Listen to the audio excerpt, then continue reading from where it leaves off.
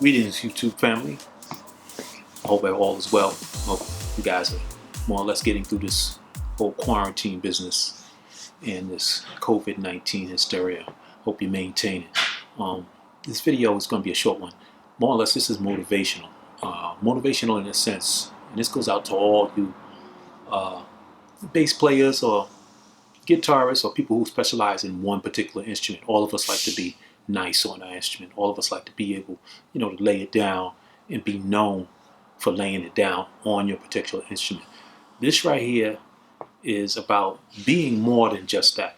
And sometimes being more than just that, something that provides a stimulus for that to happen.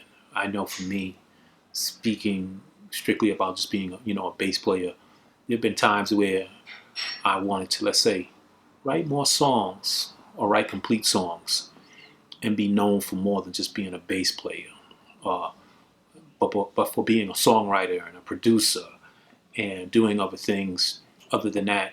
I was forced into a situation to learn other areas of music production just for the simple fact that trying to find other people to make that happen sometimes can be difficult. And I'm sure all of you have gone down this road before where you say, you know what, I don't want to do everything, but maybe I should endeavor to try to do everything. I can recall when I first started getting into music production, I happened to know someone, I guess you could say, who's an all-in-one producer, someone who can sing, who can write, who can perform on different instruments, and mix, master, put out a product, an album.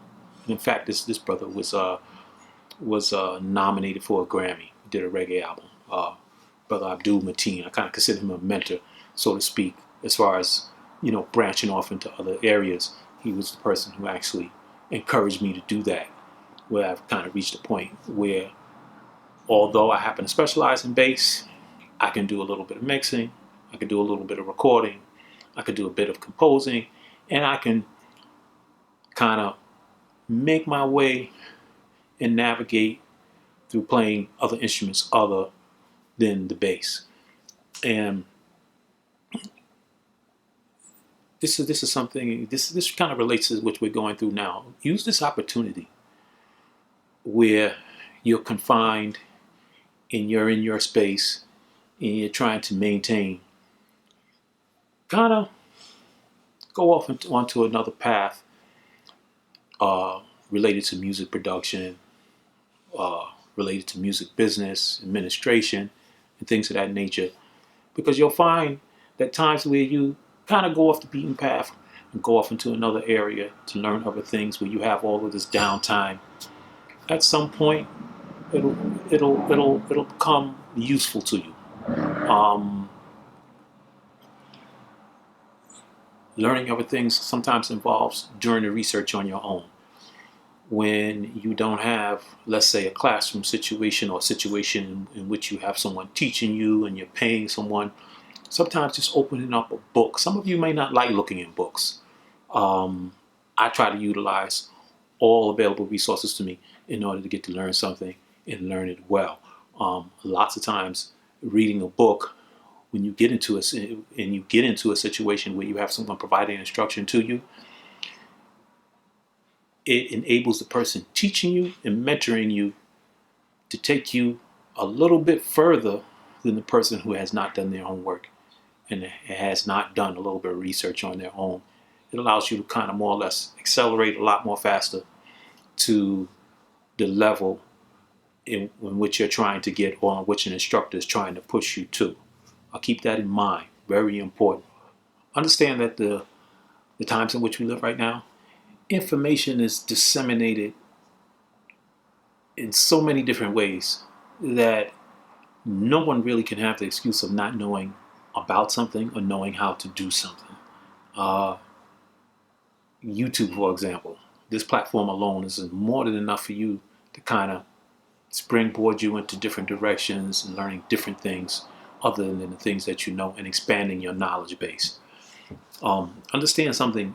When you have something in your database already, it's easier for you to make connections, and it's easier for you to segue from one thing to another when you have it here already. When you grasp the knowledge that you've obtained from reading, from observing, listening to others, you can make those connections. I understand that being in a situation like this where you're confined to the house, and you begin to learn exactly who you are and exactly who you don't want to be. Sometimes identity, for a lot of people, their identity is found in the job that they happen to be employed at.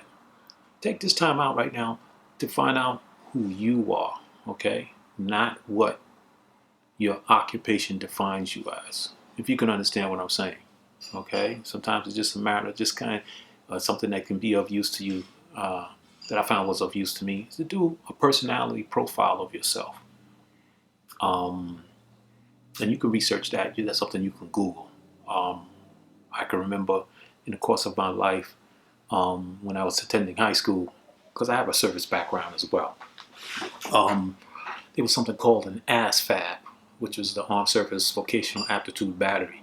And this is not a pitch for anybody to join the service. I wouldn't even tell anyone to join the service the way things are now because of the